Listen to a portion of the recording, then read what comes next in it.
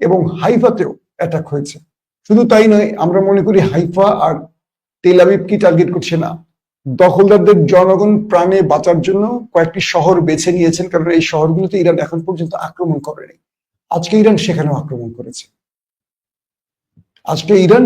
আক্রমণ করেছে, এবং এদের অনেকেই আছে এই ইরানের মিসাইল আক্রমণে প্যানিক হয়ে টেনশনে পড়ে হার্ট অ্যাটাকও মারা গেছে। এদের অনেকেই আছেন যারা শেল্টার জন্য গেছেন, মনে করছেন ইরান আক্রমণ করছে, শেল্টার জন্য যাচ্ছি, কিছুক্ষণ পর ফিরে আসবো, আবার খাবো দাবো, মদ খাবো, মাস্তি করব।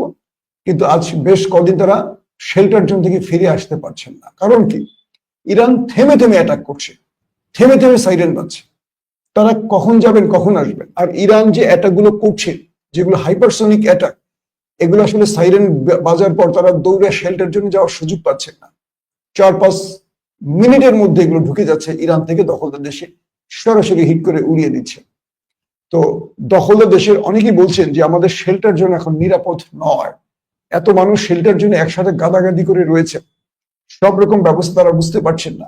কারণ আগাম আয়েসের লোকগুলো শেল্টার জন্য ধরেন অনেকটা যারা ভোলা, বরিশাল, ঢাকা থেকে বা যারা দক্ষিণাঞ্চলে চলাচল করে, তাদের বড় বড় লঞ্চ আছে, জানেন তো?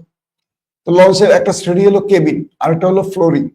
ফ্লোরিং এ আপনারা কতক্ষণ থাকতে পারবেন? একটা না, অনেকগুলো মানুষ একযোগে, ঠিক মতো খাবার, বিনোদন সবকিছু না থাকার পর পারবেন না। তো ওরা সাধারণত মনে করেছে হিজবুল্লাহ বা হামাস বা হুতিরা মিসাইল মেরেছে, থেমে থেমে কিছু, এভাবে তো শেল্টার জন্য ওদের অভ্যাস হয়ে গেছে।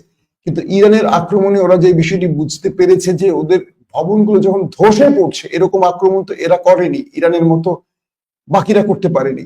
এখন ওরা শেল্টার জন্য নিরাপদ না, এবং শেল্টার জন্যও ওরা এখন খুব ভালো অবস্থায় নেই। ওরা বলছে যে নেতানিয়াহু আমাদেরকে একটা কবরে পাঠিয়ে দিয়েছে, মানে জীবন্ত কবর ওদের জন্য তৈরি হয়ে গেছে। কারণ এরা মরতে চায় না, এরা বাঁচতে চায়, এদের বাঁচার স্বপ্ন অনেক বেশি। কিন্তু ইরান এদেরকে এমন এক দুর্ভোগ দিয়েছে, এমন এক টেনশন দিয়েছে, এমন এক হতাশা দিয়েছে, এদের পুরো জীবনকে ছেঁড়াবেড়া করে দিয়েছে। ইরান এই মুহূর্তে এরা কোনোভাবে সেখান থেকে উদ্ধার হতে পারছে না, এবং প্রতিদিনই নতুন নতুন শহরকে ইরান টার্গেট করছে, প্রতিদিনই।